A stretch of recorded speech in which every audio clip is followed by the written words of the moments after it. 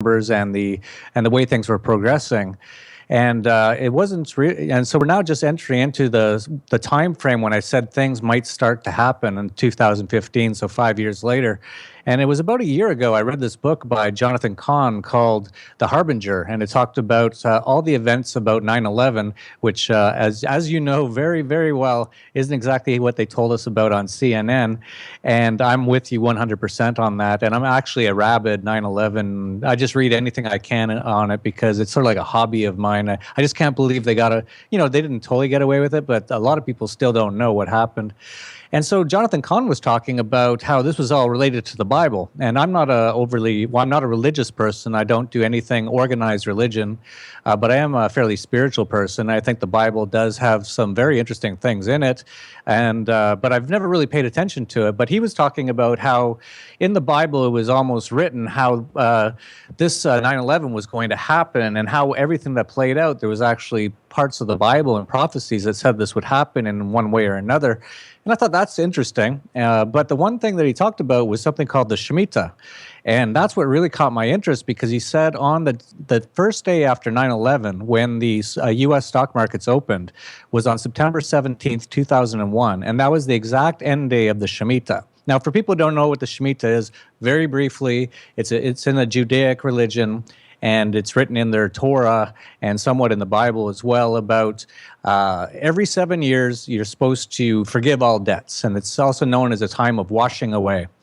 And so I was looking into that, and on the exact end date of the Shemitah in 2001 was September 17th, and that was the biggest point collapse ever in history on the Dow on that very day, on the end day of the Shemitah in 2001. Now you fast forward to 2008, and the last day of the Shemitah in 2008 was September 29th, which also had the biggest point drop of all time, exactly 7 years from the last Shemitah. So that caught my interest, and I thought, well, this is very interesting. And on that day in 2008, it's the only known day on the New York Stock Exchange where the opening bell wouldn't ring. So that was interesting. And then as well, the stock market that day fell 777 points. And the Shemitah has all these sevens tied into it. And so I thought, well, this is quite interesting. The last two major market collapses, major crashes, happened on the exact end day of the Shemitah. So I said, okay, what happened in 1994? And there wasn't anything exactly on that day in 1994, but 1994 was a really rough year. It was known as the global bond market massacre, and there was a lot of problems. A lot of countries essentially went bankrupt that year, and currencies collapsed.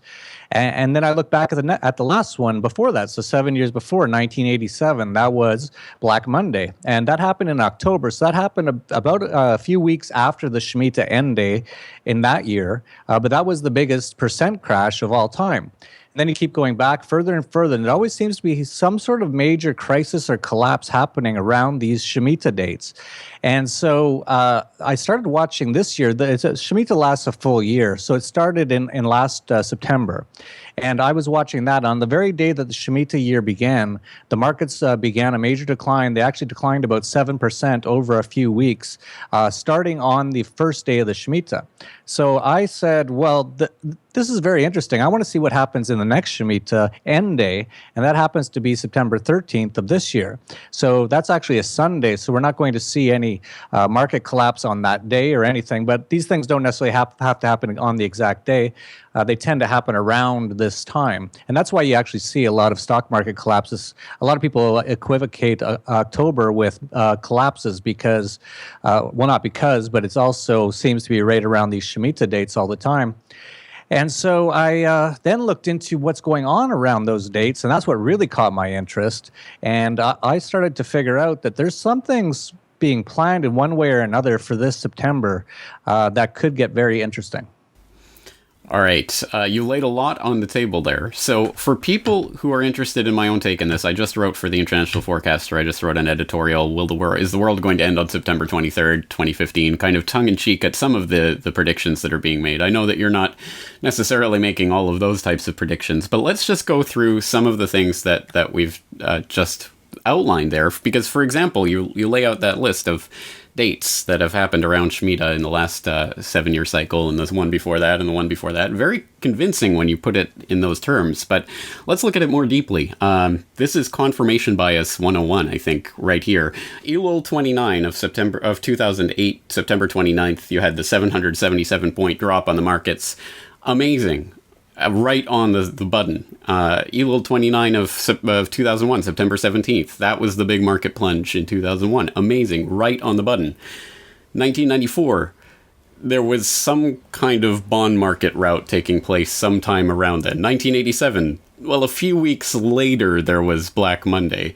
1973, the Twin Towers were constructed, and Roe v. Wade made abortion legal, which is what Jonathan Cahn talks about anyway when it comes to this. 1945, there were World War II victory parades at the time of Shemitah. 1937-38, the early stages of what was to become World War II, although that didn't actually technically start till 1939. 1930-31, the early stages of the Great Depression, although the stock market collapse happened in 29. 1917 to 1918 was the entry of America into World War I. Also, the fall of the Ottoman Empire. That's a rather strange thing. But again, all of these things I've heard people who are propounding the Shemitah say, sometimes it's on Elul 29, sometimes it's around that date, sometimes it's a very specific event, sometimes it's just sort of a general thing that's happening in the world during that year. I mean, you have to see, this is not prediction of anything. This doesn't tell us anything about what's going to happen. Yeah, I actually wrote it and said that this could be just totally, if you can find patterns in almost everything, especially if you're looking for them. But it's not like I'm looking at all of those dates in the past. I'm just looking mostly at the last two. And that's the days that they fell on the exact date. And then when I started looking into this September, and so this is when I got really interested, I started looking into, okay, what else is happening around September 13th of this year? And there's a lot of stuff happening. Jade Helm, which started on July 15th, is supposed to end on September 15th. And as you know very well, many sort of disasters or false flag events usually are actually the government's running some sort of a preparation for it at the exact same time that it happens. So that was very interesting to me. And I've been watching the movements of all these tanks and everything moving around the U.S. Again, it's supposed to end on September 15th. So I found that very interesting. The IMF managing director, Christine Lagarde, did a bizarre speech last year talking about the magic number 7, and it was really bizarre coming from the director of the IMF. And then there was another French foreign minister said in 2014 that we have 500 days to avoid climate chaos, and that day actually. But why would we listen to that garbage? People are saying that nonsense every day. We've heard that for years. We heard, we have 5 years to avoid climate chaos. We have 10 years. I've heard that a million times, and I've never believed it once. Why would I care about some French? Well, I'm not saying. I'm just saying these are things that have happened that are very interesting. So 500 days from that date is September 24th, I believe. Then on September 16th and 17th, this is very interesting. That's when the Federal Reserve meets. And they've been talking for a while now about the 0.25% interest rate hike, which alone could totally destroy the entire financial and monetary systems. It's so loaded with debt now. And interestingly enough, the Federal Reserve moved out of New York a couple of months ago and moved to Chicago because of fears of a natural disaster. And they're meeting September 16th and 17th. On the 15th, there's the United Nations is having its 70th Jubilee session, where leaders from around the world are coming, and also the Pope is going to be around for that kind of a thing. Then the Pope is meeting with Congress on the 24th, I believe, and then he's going to be doing another UN meeting where they're going to roll out what looks like Agenda 2030, which is advancing the Agenda 21 sort of a thing, essentially moving towards some sort of one world government sort of a thing. So all of these things combined have my interest, and I think it's definitely some interesting things going on. And of course, I've been predicting, and you know this very well, that we're not very far away from major, massive financial crisis. And so I've just been looking at these dates in September and saying, well, if anything's being planned, it looks like it's all something in September, and that happens to be around this date. So that's where I picked up on it. And of course, we'll see what happens. We just entered September now, so we'll see what happens. But it's on my radar. Well, I 100% agree with the Federal Reserve rate hike FOMC meeting, September 16th, 17th. They'll announce it on the 17th. That's something I'm going to definitely have my eye on because, again, as you say, their rate hike could completely and utterly throw the economic train off the rails and start a huge market rout. So, and everything in preparation for that, as you know, they telegraph what may be coming and markets react to that. Absolutely part of the destabilization that's going on. So I agree. And all of those events you're talking about do happen in September. But I would say if you look at pretty much any month with that kind of scrutiny, you're going to find things of interest. I mean, the Pope travels to speak at a lot of different things all the time. Again, I'm not trying to downplay what you're saying here. There's a lot of things that are coalescing in September. I just don't like these predictions that are not predictions. They're not falsifiable. They don't say anything about what's going to happen, so that there's no way on October 1st that you can come back and say, you know what, I was wrong. It didn't happen in September. I mean, what would have to happen in September for you to go, oh, you know what, the Shemitah, that was all garbage? Well, in reality, I put out that video, Shemitah Exposed, on July 14th, and I said around the fall there's going to be a major crisis, and it's not necessarily just because of the Shemitah, and we're already down about 2,500 points. We had the biggest intraday drop in the Dow of over 1,000 points last week. Even today was down about 500 points. So when we actually had some investments that we told our subscribers about, just to prepare on the off chance there is some sort of crisis happening this fall, and one of them's already up thousands of percent. So in a sense, we're already kind of generally right in the ballpark of there's going to be a problem coming here, but we're going to see what happens. But wouldn't you agree with me? And you know a lot about these occult sort of societies, Masons, Illuminati sort of stuff. They like numerology, they like symbology. Perhaps they're just using this sort of Shemitah thing as just something, one of those things they do that they adhere to. And of course, on Wall Street, this has been very well known for decades, the 7-year cycle, they call it. It's just a very well known thing on Wall Street that it seems like it goes through 7-year cycles, but they never really nailed it down to something like the Shemitah dates. And just the fact that the last two fell on the exact end day of the Shemitah is enough for me to say, well, maybe they're going to do that again. I have no idea.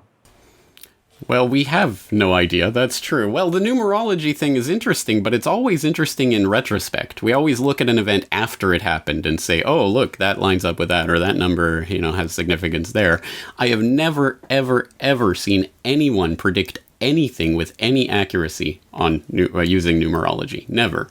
And I don't think they want to telegraph what they're going to do. Like, hey guys, let's do this on Elul 29 every single time. I don't think that's going to happen. But hey, what do I know? I mean, Another interesting thing that sort of ties into it is the Jubilee. So after every 7 Shemitahs, so after every 49 years, is something called the Jubilee. And this is in the Judaic religion. So supposedly, on this year, the Jewish people are supposed to get land given back to them that was stolen from them. And on the last 2 Jubilee years, the last one was 1967. That's when Israel won the Six-Day War. And defeated all the other Arab countries around them. And in the one before that, in 1918, I believe, was when there was the Battle of Haifa, and the British Empire essentially took over Jerusalem at that time. So both those happened on the Jubilee. And then you look at this is called the Jubilee session of the UN, and one of the main things that's going to be put on the table at this that week of the UN during the Jubilee year, as it just starts, is going to be a vote to make Palestine its own country. So that's interesting as well. So there's a lot of interesting things that may or may not tie into this sort of a thing, but there seems to be some sort of a pattern. Well, okay. There seems to be some sort of a pattern.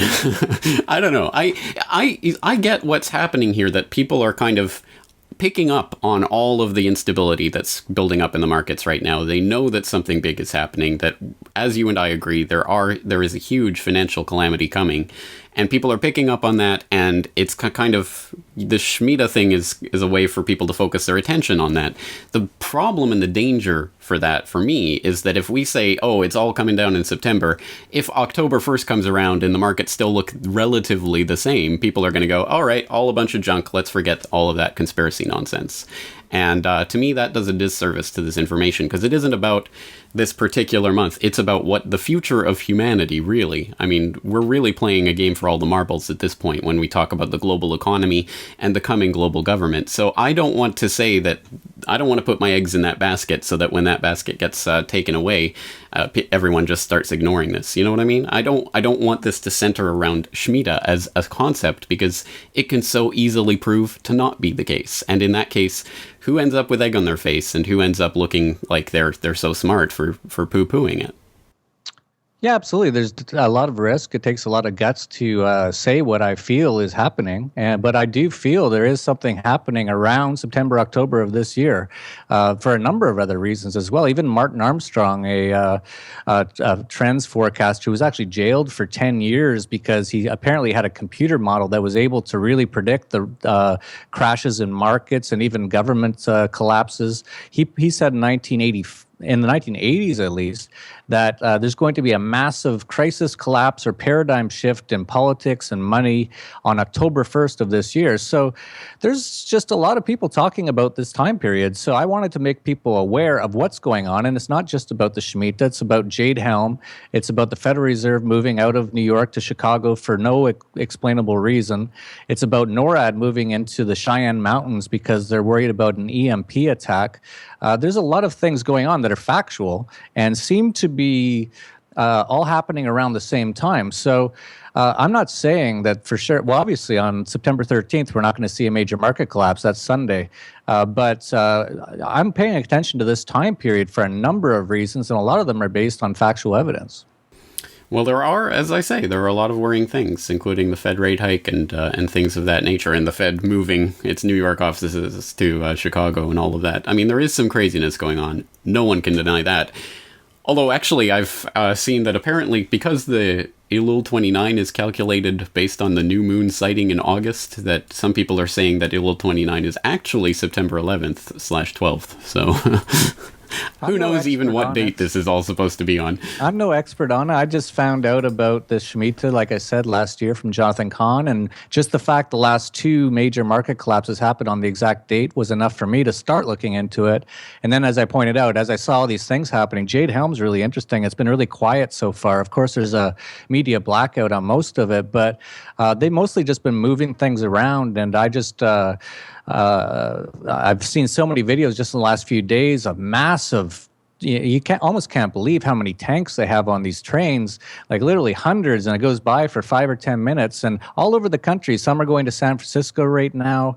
They're all over. There was one in Idaho, one in Mississippi, one in, I believe, North Carolina, all in the last few days, just moving massive amounts of equipment around. So who knows? I have no idea if anything's being planned or if this is all coincidental. But I think it's of importance to say what's going on and for people to know about this information, because none of this information that we're talking about right now, no one would know about it unless I had said something about it in July. And as you pointed out, I think some of the top trending terms right now on Google are the Shemitah, Jeff Berwick, my name, and the Dollar Vigilante. So this is getting spread a lot. But I've said in the video and in all my writing ever since then, I don't know if anything's going to happen, but if anything is going to happen, it looks like they're planning for something around September or October. It just seems that way to me. But as I said, even if it doesn't happen, if nothing at all happens, which I highly doubt, by the way, I haven't even gotten into all the military actions going on right now around the world. We could see just something major happening any time now. The U.S. is saber rattling with China. They're in the Ukraine now. Russia and China are moving troops and preparing and doing military exercises right around the Ukraine. Just today, I believe Vladimir Putin said he's sending in fighter jets to Syria to bomb ISIS, which the U.S. is already doing that, but the U.S. is doing it. Well, they're actually really not doing that. Actually, the U.S., I think, is a supporter of ISIS and created ISIS. But you've got Russian planes and U.S. planes flying around in the Ukraine right now. sorry, in Syria right now.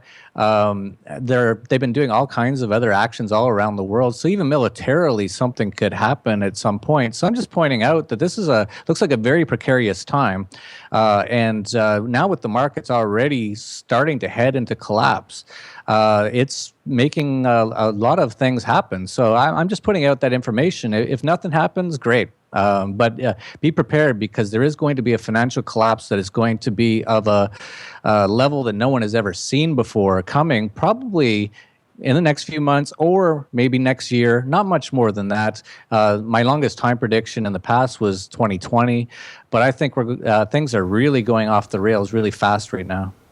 Well, again, we can agree on that. Things are going off the rails, and people should already be prepared and be preparing if they're not prepared.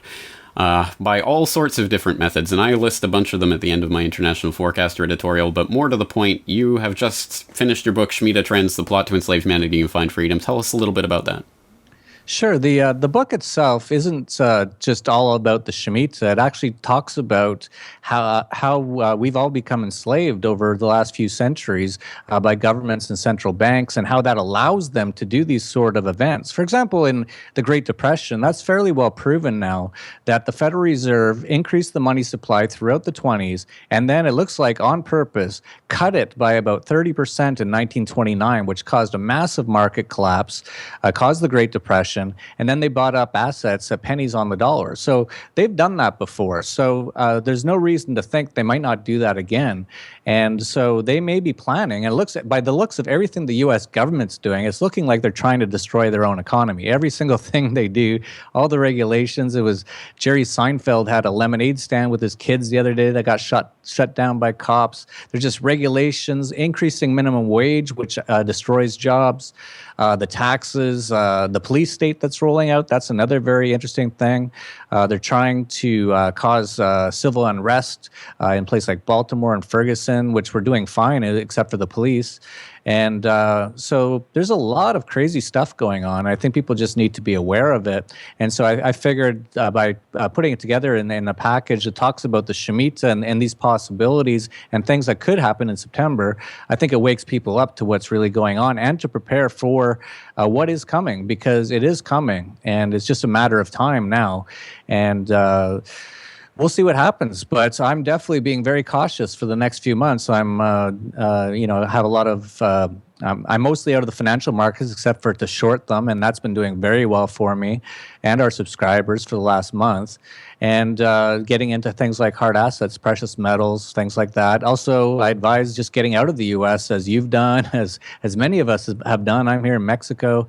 It's just getting worse and worse up there, and there's less opportunity. The economy's crashing, and there's very little freedom left in the U.S. You can hardly do anything anymore. So these are all just issues I wanted to bring, and I found with what's going on in September with all these interesting things that to put together in a video the potential of what could happen. And I still think something fairly major is going to happen in September from what I'm seeing.